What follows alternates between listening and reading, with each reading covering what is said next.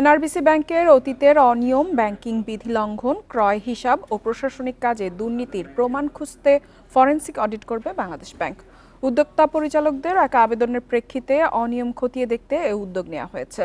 অডিটের মূল্যায়নের ভিত্তিতে অভিযোগ প্রমাণ পেলে ব্যবস্থা নেওয়া হবে বলে জানিয়েছে কেন্দ্রীয় ব্যাংক। এনআরবিসি ব্যাংকের আমানতকারীদের স্বার্থবিরোধী কাজ, অর্থ পাচার, নিয়ম বহির্ভূত ঋণ বিতরণ, নিয়োগে অনিয়ম, ক্রয় নীতিমালা লঙ্ঘনসহ নানা অপরাধে জড়িয়ে যায় ব্যাংকের সাবেক চেয়ারম্যান এস.এম. পারভেজ তমাল, সাবেক নির্বাহী কমিটির চেয়ারম্যান আদনান ইমাম সহ বোর্ডের অনেক সদস্য। আমানতকারীদের স্বার্থ রক্ষায় গত 12 মার্চ আলী হোসেন প্রধানিয়াকে চেয়ারম্যান করে পুনর্গঠন করা হয় নতুন বোর্ড।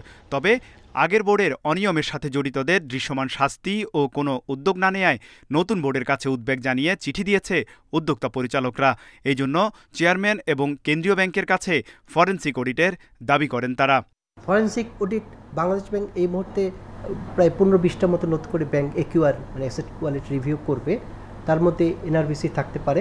ম্যানেজমেন্ট যে স্বাভাবিকভাবে ব্যাংকটা পরিচালনা করতে পারেনি সেটা ওভারসি করার দায়িত্ব ছিল পর্ষদের। পর্ষদ সে কাজ দায়িত্ব পালনে ব্যর্থ হয়েছে। উদ্যোক্তা পরিচালকদের দাবির প্রেক্ষিতে অনিয়ম খতিয়ে দেখতে এনআরবিসি ব্যাংকও নিজস্ব ফরেনসিক অডিট শুরু করেছে। যদিও কাজ শেষ না হওয়ায় এ বিষয়ে মন্তব্য করতে রাজি হয়নি ব্যাংক কর্তৃপক্ষ। তবে কেন্দ্রীয় ব্যাংক জানায় এনআরবিসি ও বাংলাদেশ ব্যাংকের 2 রিপোর্টের মূল্যায়ন করা হবে। প্রতিটা অনিয়মের জন্য তো শাস্তিমূলক ব্যবস্থার কথা বলা হয়েছে। যেই আইন ভঙ্গ সেই আইন ভঙ্গ করার জন্য সেই আইন অনুযায়ী তার শাস্তিমূলক ব্যবস্থা গ্রহণ করা। ব্যাংক কোম্পানি আইন অনুযায়ী ব্যাংক পরিচালনা ও আমানতকারীদের স্বার্থ সংরক্ষণে অগ্রাধিকার দেওয়ার দাবি বিশ্লেষকদের। তৌহিদ রানা, ইন্ডিপেন্ডেন্ট নিউজ, ঢাকা। যুক্তরাজ্যের সাবেক ভূমিমন্ত্রী সাইফুজ্জামান চৌধুরীর আংশিক সম্পদ বিক্রির অর্থ থেকে $35 কোটি ফেরত চেয়ে চিঠি পাঠিয়েছে ইউনাইটেড কমার্শিয়াল ব্যাংক ইউসিবি। গত 29 জুন যুক্তরাজ্যের সম্পদ ব্যবস্থাপনা প্রতিষ্ঠান গ্র্যান্ট থর্নটনকে পাঠানো ওই চিঠিতে ইউসিবি অর্থ ফেরতের অনুরোধ জানায়। গত বছরের 5 আগস্ট আওয়ামী লীগ সরকারের পতনের পর অনেকের দেশে বিদেশে থাকা অবৈধ সম্পদের তথ্য বেরিয়ে আসতে থাকে। গত বছর আল জাজিরার এক প্রতিবেদনে দেখানো হয় সাবেক ভূমিমন্ত্রী সাইফুজ্জামান চৌধুরী যুক্তরাজ্য, যুক্তরাষ্ট্র, আরব আমিরাতে অবৈধ সম্পদ দিয়ে 350টির উপর বিলাসবহুল বাড়ির মালিক হয়েছেন। সম্প্রতি ব্রিটিশ সংবাদ মাধ্যম দ্য টেলিগ্রাফ জানায় যুক্তরাজ্যে থাকা এসব সম্পদের মূল্য 17 কোটি পাউন্ড। অভিযোগ রয়েছে ব্রিটেনে অর্থ পাচার করে এসব সম্পদ করেছেন তিনি। এসব সম্পদের একটি অংশ বিক্রির উদ্যোগ নিয়েছে ব্রিটিশ সরকার। যুক্তরাজ্যের সম্পদ ব্যবস্থাপনা প্রতিষ্ঠান গ্র্যান্ট থর্নটনের প্রশাসকেরা সাইফুজ্জামান চৌধুরীর সম্পদের একটি অংশ বিক্রির দায়িত্ব পেয়েছেন। এসব সম্পদ বিক্রি থেকে যে অর্থ আসবে তা ঋণদাতাদের অর্থ পরিশোধে ব্যয় করা হবে। টেলিগ্রাফের তথ্য মতে ঋণদাতাদের মধ্যে আছে সিঙ্গাপুরের ঋণদাতা প্রতিষ্ঠান ডিবিএস, ব্রিটিশ আরব কমার্শিয়াল ব্যাংক ও বাংলাদেশের ইউনাইটেড কমার্শিয়াল ব্যাংক ইউসিবি। এ বিষয়ে ইউসিবি জানিয়েছে সাইফুজ্জামান চৌধুরীর সম্পদ বিক্রি করে প্রাপ্ত অর্থের মধ্যে প্রায় $35 কোটি ফেরত চাওয়া হয়েছে। পাচারের এই অর্থ ইউসিবির বলে দাবি ব্যাংকটির। সংবাদ বিজ্ঞপ্তিতে ইউসিবি জানিয়েছে ব্যাংকটির নিজস্ব ফরেনসিক অডিট, দুদক ও বাংলাদেশ ব্যাংকের অনুসন্ধানে সাবেক পরিচালনা পর্ষদের বিরুদ্ধে ব্যাপক আর্থিক অনিয়ম পাওয়া গেছে। এর মধ্যে বেনামি কাগজে কোম্পানির মাধ্যমে ঋণ অনুমোদন করিয়ে নিজেদের অ্যাকাউন্টে টাকা সরানোর প্রমাণ মিলেছে। বেনামি এসব ঋণের অর্থ দেশের বাইরে পাচার করে লন্ডন, দুবাইয়ে বাড়ি কেনা হয়েছে বলেও অভিযোগ আছে। সেই অর্থই ফেরত চেয়ে আবেদন করেছে ইউসিবি। মেহেদী হাসান, ইন্ডিপেন্ডেন্ট নিউজ, ঢাকা। আগামী নির্বাচনে ঋণ খেলাপিরা অংশ নিতে পারবে না বলে জানিয়েছেন অর্থ উপদেষ্টা ডক্টর সালেউদ্দিন আহমেদ। বুধবার অর্থ মন্ত্রণালয়ের সর্বজনীন পেনশন অ্যাপ উদ্বোধন শেষে সাংবাদিকদের প্রশ্নের জবাবে তিনি এ কথা বলেন। অর্থ উপদেষ্টা বলেন, নির্বাচনে কালো টাকার ব্যবহার বন্ধে ব্যবস্থা নেবে সরকার। তবে এটার বাস্তবায়ন পুরোপুরি নির্ভর করবে রাজনৈতিক সংস্কৃতির উপর। বলেন, কালো টাকার উৎস বন্ধ করতে হবে। নির্বাচন কমিশন বিষয়টি নিয়ে কাজ করছে। আগামী জাতীয় নির্বাচন সুষ্ঠু করার জন্য সব ধরনের ব্যবস্থা নেবে অর্থ মন্ত্রণালয়। আইন শৃঙ্খলা পরিস্থিতি নিয়ন্ত্রণে রাখতে লজিস্টিকের জন্য স্বরাষ্ট্র মন্ত্রণালয়কে সহায়তা দেওয়া হচ্ছে বলেও জানান অর্থ উপদেষ্টা। কালো টাকা যেটা আমরা কালো টাকা দুইটা জিনিস, একটা হলো উৎসটা আর একটা হলো প্রসেসটা। আমরা চেষ্টা করছি উৎসটা বন্ধ করতে। উৎসটা মোটামুটি কিন্তু এখন ওই লোন যারা নেয় আগে তো ব্যাংকের মালিক, ইন্ডাস্ট্রির মালিক, টেলিভিশনের মালিক, নিউজ পেপারের মালিক, ফ্ল্যাটের মালিক, সব একজনই, সে ডিসাইড করবে। এখন তো এটা হচ্ছে না। রপ্তানি আয় বৃদ্ধি এবং রেমিটেন্স প্রবাহ অর্থনীতিতে কিছুটা প্রাণ সঞ্চার করলেও ব্যাংকিং খাতে ব্যাপক ঋণ অনিয়মের অর্থনীতি পুনরুদ্ধারকে ব্যাহত করছে, এমনটাই জানিয়েছে ব্যবসায়ীদের সংগঠন metropolitan chamber of commerce MCCI। মঙ্গলবার 2024-25 অর্থ বছরের এপ্রিল থেকে জুন প্রান্তিকের পর্যালোচনায় সংগঠনটি একথা জানায়। আর্থিক সুশাসন নিশ্চিত করতে ও ব্যাংকের প্রতি আস্থা ফিরিয়ে আনতে বিভিন্ন সংস্কারের ফলে দীর্ঘমেয়াদে অর্থনৈতিক স্থিতিশীলতা ফিরবে। তবে বেসরকারি খাতের দুর্বল ঋণ প্রবৃদ্ধির পাশাপাশি বিনিয়োগ ও মূলধন যন্ত্রপাতির আমদানি কমায় অর্থনৈতিক গতিকে মন্থর করে দিয়েছে। সংগঠনটি জানিয়েছে, গত অর্থবছর দেশের অর্থনীতি মিশ্র ফলাফল নিয়ে শেষ হয়েছে। এছাড়া জিডিপির প্রবৃদ্ধি ও মূল্যস্ফীতি নিয়ে উদ্বেগ জানায় MCCI।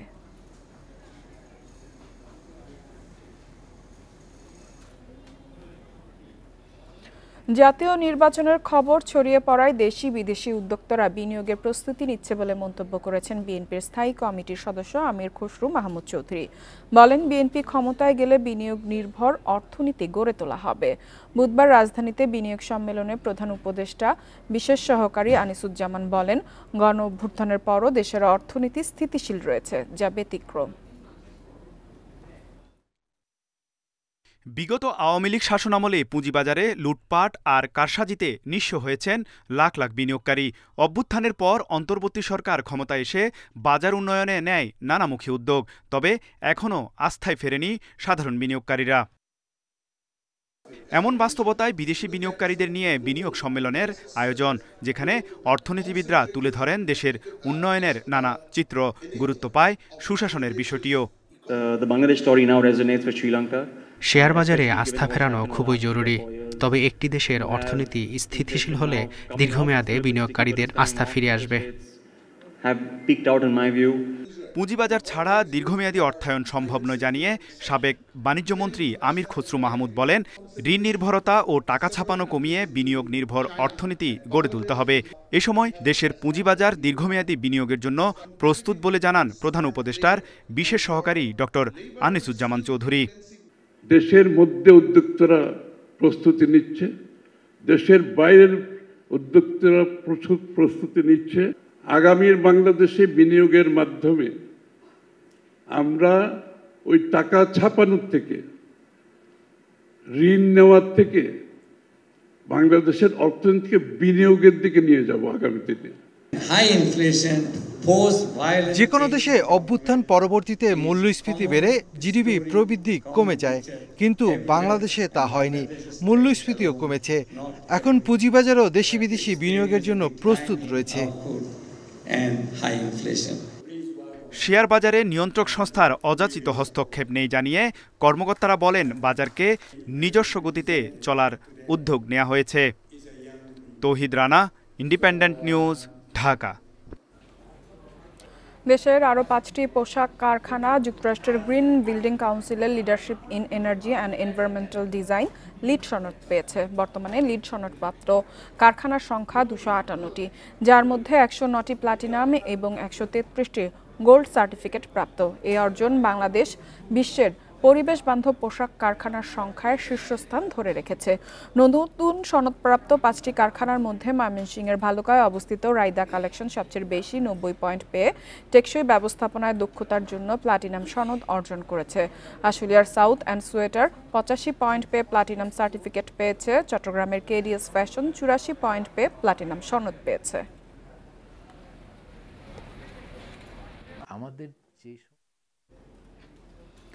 হালাল শিল্প পার্ক প্রতিষ্ঠায় মালয়েশিয়ার সহায়তা চায় বাংলাদেশ। মঙ্গলবার কুয়ালালামপুরে হালাল শিল্প সংশ্লিষ্ট কর্মকর্তাদের সাথে বৈঠকে এ আহ্বান জানান অধ্যাপক মোহাম্মদ ইউনুস। মালয়েশিয়ার প্রতিনিধি দলের নেতৃত্ব দেন প্রধানমন্ত্রীর দপ্তরের হালাল বিষয়ক সমন্বয়কারী দাতিন পদুকা হাজা। হাকিমা বিনতি মোহাম্মদ ইউনুস। এ সময় প্রতিনিধিরা জানান, বৈশ্বিক হালাল পণ্যের বাজার 3 ট্রিলিয়ন মার্কিন ডলার। 2030 সালে তা 5 ট্রিলিয়ন ডলারে পৌঁছতে পারে। মালয়েশিয়া ইতিমধ্যে 14টি হালাল পার্ক পরিচালনা করছে। বর্তমানে ইসলামিক ফাউন্ডেশন বাংলাদেশের একমাত্র সংস্থা যারা হালাল পণ্য সার্টিফাইড করে। পরে বিডার নির্বাহী চেয়ারম্যান মালয়েশিয়াকে বাংলাদেশের হালাল শিল্প পার্ক স্থাপনের জন্য প্রয়োজনীয় চাহিদা চিহ্নিত করতে সহায়তার আহ্বান জানান। ভবিষ্যৎ অর্থনৈতিক উন্নতির লক্ষ্যে নবায়নযোগ্য জ্বালানি ব্যবহারের দিকে আরও বেশি নজর দেওয়া প্রয়োজন বলে মনে করেন বিশেষজ্ঞরা। শিল্প ও বাসাবাড়ির জন্য আলাদা জ্বালানি সরবরাহে সবাইকে একসাথে কাজ করার তাগিদ তাদের।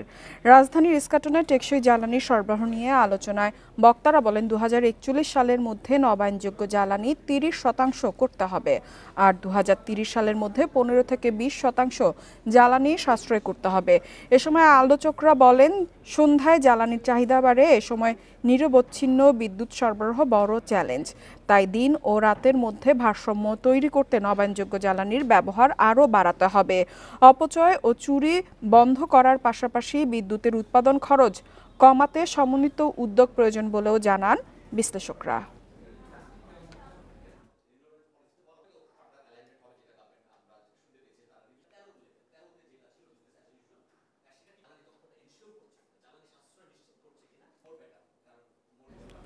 প্রযুক্তিগত দেশীয় উদ্ভাবনকে আরও এগিয়ে নিতে মোবাইল অপারেটর রবির আয়োজনে শেষ হলো বিডি অ্যাপস ইনোভেশন সামিট। এ উপলক্ষে মঙ্গলবার রাজধানীতে আয়োজিত এক অনুষ্ঠানে সারা দেশ থেকে ডেভেলপারদের তৈরি করা সেরা 10 অ্যাপকে পুরস্কৃত করা হয়।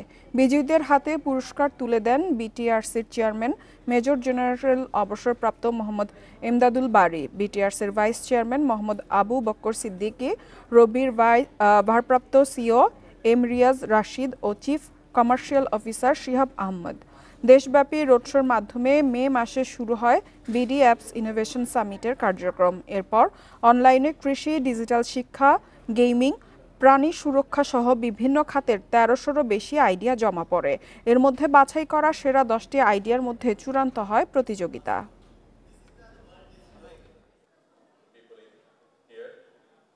এবং এই অ্যাপটাকে মার্কেটিং করার জন্য একটা প্ল্যাটফর্ম পাবে।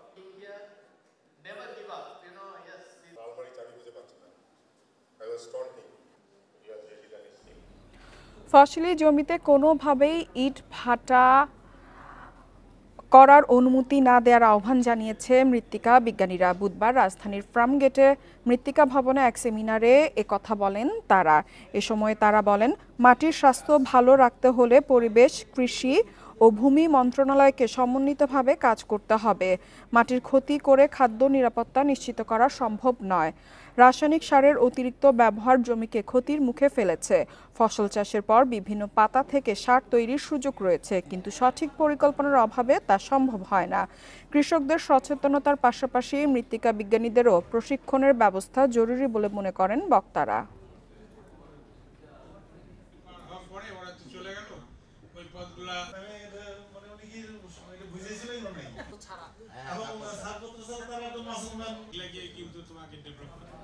পানের দাম কমায় লোকসানের মুখে দিনাজপুরের চাষিরা। গত বছরের তুলনায় 3 ভাগের 1 ভাগও দাম মিলছে না। চাষিরা বলছেন, সুপারির দাম বাড়ায় ক্রেতারা কমেছে পানের। লোকসান ঠেকাতে প্রণোদনা ও রপ্তানির উদ্যোগ নেওয়ার আহ্বান তাদের। বংশ পরম্পরায় পান চাষ করে আসছেন দিনাজপুরের অনেক চাষি। আগে পান চাষের লাভ হলেও এবারের চিত্র ভিন্ন। চাষিরা বলছেন, গত বছর 1 পোয়া পান 2000 টাকায় বিক্রি হলেও এবছর দাম নেমেছে 800 টাকায়। অন্যদিকে বাঁশ, সুতলি সহ পান চাষের অন্যান্য উপকরণ ও সার কীটনাশকের দাম বেড়েছে। পানের দাম অনেক কম, কিন্তু আমরা নিয়ে যাতে বিক্রি করবো আমাদের ডেভেলপ হচ্ছে না। আপনার ফুল টুল এগুলা যেগুলা কিনতে যাচ্ছি এগুলার দাম ধরেন অনেক টাকা লাগতেছে। পাইকারি ব্যবসায়ীরা বলছেন, এবছর সুপারির দাম বাড়ায় বিক্রি কমেছে পানের, এতেই গুনতে হচ্ছে লোকসান। পান নিয়ে আসলে পরে কোনো দামই থাকে না, পাইকার ভিড়ে না। 2000-এ পান 500 টাকা দাম বলে। সুপারির দাম বেশি হওয়ার কারণে সঠিক পরিমাণে সুপারিও মনে করেন দিতে পারছে না এবং দোকানে সেলও সেরকম হচ্ছে না। এই সেল কম হওয়ার কারণে ওই যেমন সাধারণ দোকানদারেরাও পান কম কিনতেছে। ক্ষতি পুষিয়ে নিতে আর্থিক প্রণোদনা ও পান রপ্তানির দাবি জানিয়েছেন চাষিরা। এই বিষয়ে পদক্ষেপ নেওয়ার আশ্বাসও দিয়েছে কৃষি বিভাগ।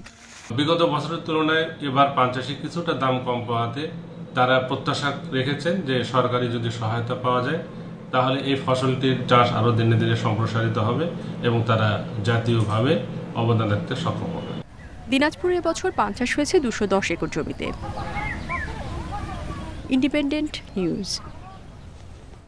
শেয়ার বাজারের খবর। ফের পতনের বৃত্তে দেশের শেয়ার বাজারে। এই নিয়ে টানা 7 কার্যদিবস দরপতন হয়েছে শেয়ার বাজারে। বুধবার ডিএসইর প্রধান সূচক কমেছে 1 পয়েন্টের বেশি। এ সময় কমেছে বেশিরভাগ কোম্পানি ও ফান্ডের শেয়ারের দর। তবে আগের দিনের চেয়ে বেড়েছে লেনদেনের পরিমাণ। অন্যদিকে চট্টগ্রাম স্টক এক্সচেঞ্জের সার্বিক সূচক কমেছে প্রায় 15 পয়েন্টের বেশি। টানা 6 কার্যদিবস পতনের পর বুধবার ডিএসইতে লেনদেন শুরু হয় বেশিরভাগ প্রতিষ্ঠানের শেয়ার ও ইউনিটের দাম বাড়ার মাধ্যমে। ফলে দিনের শুরুতে সূচকের কিছুটা ঊর্ধ্বমুখিতা দেখা মেলে, কিন্তু স্বল্প সময়ের মধ্যেই নেতিবাচক অবস্থায় চলে যায় বেশিরভাগ প্রতিষ্ঠান। ফলে সূচক আবারও কমেছে। সূচক কমলেও ডিএসইতে বেড়েছে লেনদেনের পরিমাণ। আগের দিনের চেয়ে 38 কোটি 37 লাখ টাকা বেড়ে আজ লেনদেন হয়েছে 704 কোটি 88 লাখ টাকা। হাতবদলে অংশ নেয়া 398টি কোম্পানি ও মিউচুয়াল ফান্ডের মধ্যে দর বেড়েছে 121টি প্রতিষ্ঠানের শেয়ারের, কমেছে 203টির, অপরিবর্তিত আছে 74টি প্রতিষ্ঠানের শেয়ারের দর। সবচেয়ে বেশি লেনদেন হওয়া প্রতিষ্ঠানের তালিকায় প্রথম ওরিয়েন্ট ইনফিউশন, দ্বিতীয় বাংলাদেশ শিপিং কর্পোরেশন, তৃতীয় অবস্থানে ব্র্যাক ব্যাংক। শতাংশের দিক থেকে দরবৃদ্ধি তালিকায় প্রথম Gemini sea food, standard ceramic দ্বিতীয়, তৃতীয় অবস্থানে লিগেসি ফুটওয়্যার। অন্যদিকে চট্টগ্রাম স্টক এক্সচেঞ্জের সার্বিক সূচক 14.79 পয়েন্ট কমে অবস্থান করছে 14,925 পয়েন্টে। লেনদেন 9 কোটি 66 লাখ টাকার শেয়ার। ইফাতারা, independent news. এবার জানাবো বিশ্বের প্রধান মুদ্রার সাথে টাকার আজকের বিনিময় হার। দর অপরিবর্তিত রয়েছে। যুক্তরাষ্ট্রের ডলারের বিনিময় হচ্ছে 122 টাকা 60 পয়সায়। যুক্তরাজ্যের পাউন্ডের দর বেড়েছে, বিনিময় হচ্ছে 170 টাকা 57 পয়সায়। দর বেড়েছে ইউরোর মুদ্রাটির বিনিময় হচ্ছে 147 টাকা 56 পয়সায়। ভারতীয় রুপির দর অপরিবর্তিত রয়েছে, বিনিময় হচ্ছে 1 টাকা 45 পয়সায়। দর অপরিবর্তিত রয়েছে সৌদি রিয়েলেরও, বিনিময় হচ্ছে 32 টাকা 83 পয়সায়। আরব আমিরাতের দিরহামের দরও অপরিবর্তিত রয়েছে, বিনিময় হচ্ছে 33 টাকা 55 পয়সায়। বেড়েছে কুয়েতি দিনারের দর, বিনিময় হয়েছে 403 টাকা 42 পয়সায়। এছাড়া মালয়েশিয়ান রিঙ্গিতের দর বেড়েছে, বিনিময় হচ্ছে 29 টাকা 20 পয়সায়।